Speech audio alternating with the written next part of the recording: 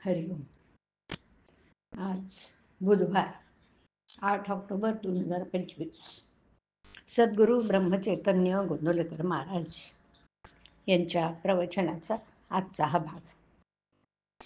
प्रयत्न आणि परमेश्वर यांची सांगड घालावी. ऐकूया. जगात कुणीही सुखी नाही असं समर्थ सांगतात, पण एखादा राजाच्या पोटी जन्माला आला म्हणून तो सुखी झाला असं आपण मानतो. खाण्यापिण्याची अडचण नसली म्हणजे त्याला इतर काही काळज्याच नाहीत असं म्हणून कसं चालेल? मागच्या जन्मी मी कुणाचा तरी घात केला म्हणून हे दुःख वाट्याला आलंय असं आपण म्हणतो बरं. आणि त्याचबरोबर फलाशेने कर्म करून पुढच्या जन्माची तयारी आजच करायला लागतो. पण त्यातून सुटण्याचा काही मार्ग पाहत नाही. कर्मामध्ये आजवर मोठे मोठे लोक गुंतून राहिले आहेत. जन्माला आलो तो जन्माचं सार्थक करून घेण्याकरता. पण या फेऱ्यातच आपण अडकून पडलो तर काय उपयोग? आपण एखाद्या कापडाच्या गिरणीत गेलो तर म्हणतो काय धोटे फिरतायत, परंतु फिरवणारा तर दुसरीकडेच असतो. त्याप्रमाणे देहाचं देहपण जीव असेल तोपर्यंत, त्यामधून तो जीवात्मा नाहीसा झाला की देहाचे देहपणही नाहीसं होतं. आत्म्याच्या संयोगाने सर्व काही चालतं.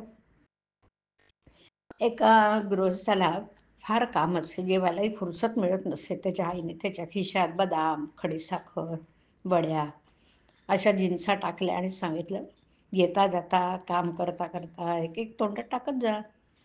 त्याप्रमाणे संतांनी आम्हाला नामरूपी खाऊ दिलाय आणि असं सांगितलंय की येता जाता काम करता करता हा तोंडात टाका, म्हणजे लोभाची भूक लागणारच नाही, फार सुख होईल. एका गृहस्थाचं त्याच्या भावाशी भांडण होतं.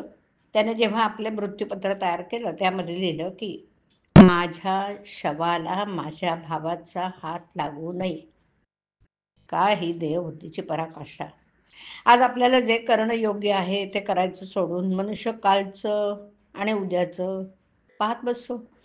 पुष्कळ लोकांना उद्या काय होणार आहे हे कळायला पाहिजेच, पण आपला पुढचा काळ चांगला यावा म्हणून आज चांगलं वागणं जरूर आहे.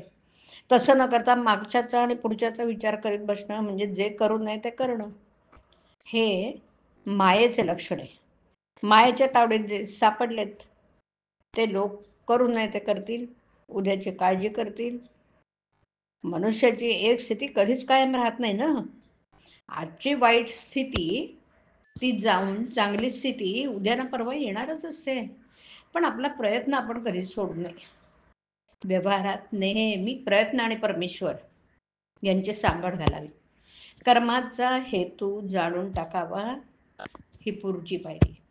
रामाच्या इच्छेने सर्व होते ही दृढ भावना ठेवून मरणाची भीती बाळगू नये आणि जगण्याची काळजी करू नये. नेहमी नामस्मरणात राहण्याचा प्रयत्न करावा. कर्तव्य असावे तत्पर, मुखी नाम निरंतर. हरिओम. हरिओम तत्सत.